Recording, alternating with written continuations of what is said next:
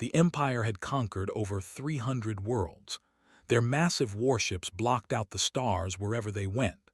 Their soldiers stood 8 feet tall with thick skin that could stop small weapons fire.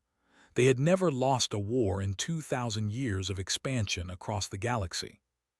When their long-range sensors detected Earth, the Imperial strategists laughed at what they found. The humans had barely reached their own moon. Their weapons were primitive chemical explosives and basic projectile launchers. Their bodies were soft and fragile. The High Command estimated the conquest would take 3 days at most. Grand Admiral led the invasion fleet himself. He wanted an easy victory to add to his already impressive record. 40 massive warships entered Earth's solar system on a Tuesday morning. By Wednesday afternoon, they had destroyed every satellite and space station the humans possessed. The planetary defense systems fell within hours. Transmitted his demands to Earth's governments: surrender completely or face total destruction. He gave them 12 hours to respond. The humans asked for 24 hours to organize their surrender, agreed, seeing no reason to rush. His troops needed rest before the occupation began anyway. What did not know was that those 24 hours changed everything. Deep beneath the Rocky Mountains, military leaders from every nation on Earth gathered in an emergency summit. They knew they could not win a direct fight against the fleet. The enemy ships could glass entire cities from orbit. Their ground forces carried weapons that made human tanks look like toys.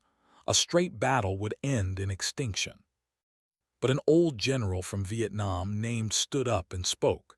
He talked about how his country had defeated larger and more advanced enemies before. He talked about patience, about shadows, about making the enemy bleed drop by drop until they had no blood left. He talked about guerrilla warfare. The world leaders listened. They had no other choice. When they landed their first troops outside New York City, they expected terrified humans waiting to submit. Instead, they found empty streets. The buildings stood silent. No weapons fired at them. No crowds gathered to surrender. The city appeared completely abandoned. Field Commander ordered his troops to advance carefully. His soldiers moved through the empty streets in perfect formation, just as they had been trained. Their heavy boots echoed against the concrete. Their sensors detected no threats anywhere. Then the first explosion ripped through their ranks. A car parked on the side of the street had been packed with explosives. The blast killed 8 soldiers instantly. Before the survivors could react, gunfire erupted from a dozen different windows high above them. The shots came from nowhere and everywhere at the same time. Ordered his troops to return fire. They blasted the buildings with their plasma weapons. Glass shattered and concrete crumbled. When the dust settled, they searched the wreckage. They found nothing. No bodies, no weapons, no trace of the attackers. This pattern repeated across the planet. In Moscow, supply convoys disappeared into tunnels beneath the city and never came out. In Cairo, soldiers found their water supplies poisoned with substances that their medical scanners could not detect in time. In Tokyo, the narrow streets became death traps where every corner hid another ambush. They had never faced an enemy like this. Their previous conquests had been against species that fought in organized armies. Those enemies built defensive lines and tried to hold territory. They stood and fought like civilized beings. The humans did none of these things. Admiral demanded reports from his ground commanders. The reports made no sense to him. His forces controlled every major city on the planet, yet they controlled nothing at all. His soldiers could not sleep without guards watching every direction. They could not eat without testing every bite for poison. They could not walk down any street without fearing the ground beneath their feet. 3 weeks into the occupation, casualties had reached numbers that shocked the High Command. They had lost more soldiers on this primitive world than in their last 5 conquests combined. The humans killed them with bombs hidden in children's toys. They killed them with snipers firing from kilometers away. They killed them with knives in the dark when patrols made the mistake of entering buildings alone. The worst part was that they never saw their enemy. The humans struck and vanished like ghosts. They left nothing behind except dead soldiers and broken equipment. Every attempt to track them failed.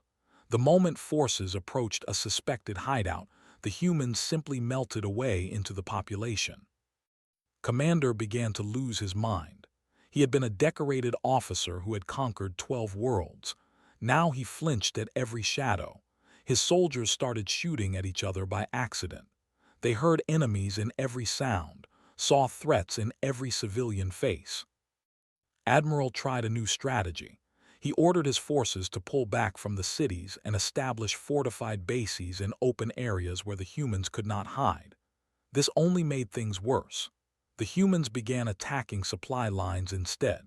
Convoys carrying food, ammunition, and medical supplies vanished on empty highways. Soldiers in the bases slowly began to starve. The humans also started broadcasting messages to the troops. They spoke in the imperial language, which they had learned from captured communications equipment. The messages were simple but devastating. They told the soldiers that they would die on this world. They told them that their commanders had lied about how easy the conquest would be. They told them to go home while they still could. Morale among the forces collapsed completely within 2 months. Soldiers began refusing orders to leave their bases. Officers reported that their troops were too frightened to fight. Some units tried to surrender to the humans, but the resistance fighters simply took their weapons and disappeared, leaving the disarmed soldiers to find their own way back to their bases. Admiral faced an impossible choice. He could not win with the forces he had. He could not admit defeat to the high command. He could not request reinforcements without explaining why his mighty army had failed against primitives. Meanwhile, the humans grew bolder. A resistance cell managed to capture a communications officer alive. Within a week, humans were intercepting and reading Imperial messages. They knew exactly where every unit would be and when. They knew which supply convoys carried what cargo. They knew which officers were incompetent and which bases had weak defenses. The attacks became surgical.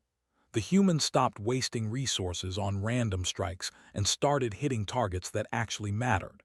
They destroyed fuel depots that left vehicles stranded. They assassinated officers who showed any sign of competence. They infected Imperial computer systems with viruses that caused weapons to malfunction at critical moments. Admiral finally did something desperate. He ordered his fleet to begin bombarding human cities from orbit.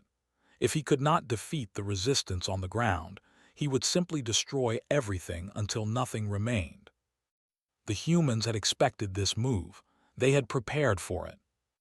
Years earlier, Earth's nations had built a network of underground shelters in case of nuclear war. These shelters now held millions of people safe from orbital bombardment. They could destroy every building on the surface, but the humans would survive beneath the ground. And while the fleet focused on the bombardment, a team of human specialists launched a captured shuttle toward the flagship. The shuttle carried valid codes taken from the communications officer. It docked without raising any alarms. Inside were 12 humans carrying improvised explosives and stolen plasma weapons. They fought their way through the ship's corridors toward the reactor core. Admiral died when his own flagship exploded above Earth. The blast took out 3 other warships that had been positioned too close. The remaining fleet fell into chaos without their commanding officer.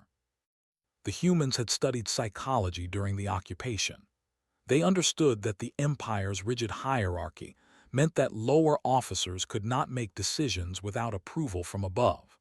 With Admiral dead and the chain of command broken, the invasion force became a collection of confused units with no direction. The resistance exploited this confusion mercilessly. Across the planet, forces received contradictory orders from different officers, all claiming authority. Some units retreated to their landing zones. Others tried to continue the occupation. A few attempted to negotiate their own surrenders. None of them coordinated with each other. One by one, the scattered units were hunted down and destroyed or captured. The remaining warships fled the solar system, carrying news of the disaster back to the Empire. The High Command could not believe the reports. An entire invasion fleet had been defeated by primitives who had never even achieved interstellar travel. The concept simply did not fit into their understanding of warfare. They sent a second fleet, larger than the first. It met the same fate. The humans had learned from the first invasion. They had captured technology and figured out how it worked. They had studied imperial tactics and identified every weakness. They had trained millions of fighters in the art of guerrilla warfare. The second fleet lasted even shorter than the first. Word spread across the galaxy about what had happened at Earth. Other conquered species heard about the humans who had beaten the unbeatable Empire. They heard about the tactics that turned strength into weakness. They heard about the small, soft creatures who refused to fight fair and won anyway. Rebellions broke out across space. Species that had submitted to the Empire for generations suddenly found their courage. They adopted human tactics. They struck from shadows and vanished. They poisoned and ambushed and assassinated. They made the bleed drop by drop. Within 5 years, the Empire had collapsed completely. The species that rebuilt their civilizations from the wreckage sent representatives to Earth. They wanted to meet the humans who had changed the galaxy. They wanted to understand how such a young species had discovered the secret to defeating the most powerful military force in known space. The human representative who met them was the old general who had first proposed the strategy. He was over 90 years old now, but his mind remained sharp. The aliens asked him how the humans had known what to do. Smiled and told them that they had made a simple mistake. They had assumed that warfare meant armies meeting on open battlefields. They had assumed that the side with better technology and more soldiers would always win. They had assumed that civilized beings would never resort to hiding and striking from darkness. The humans had never made those assumptions. They had been fighting each other for thousands of years. They knew that victory did not go to the strongest or the most advanced. Victory went to whoever wanted it more and was willing to do whatever it took to achieve it. They had fought to expand their empire. The humans had fought to survive. That difference had decided everything. Told the aliens one final thing before the meeting ended. He told them that the humans had a saying about war. He told them that when the enemy is stronger, you do not become stronger yourself. You make the enemy weaker. You take away their advantages one by one until the strength they were so proud of becomes meaningless. The aliens recorded his words carefully. They knew that the galaxy had changed forever. The age of empires built on overwhelming force had ended. A new age had begun, and it belonged to those who understood that true power came not from size or technology, but from the willingness to adapt, to endure, and to never surrender no matter how impossible the odds appeared. Humanity had taught the galaxy a lesson it would never forget. Sometimes the smallest creature in the forest was the most dangerous, because it knew that survival demanded cunning rather than strength. The stars would remember this lesson for 10,000 years.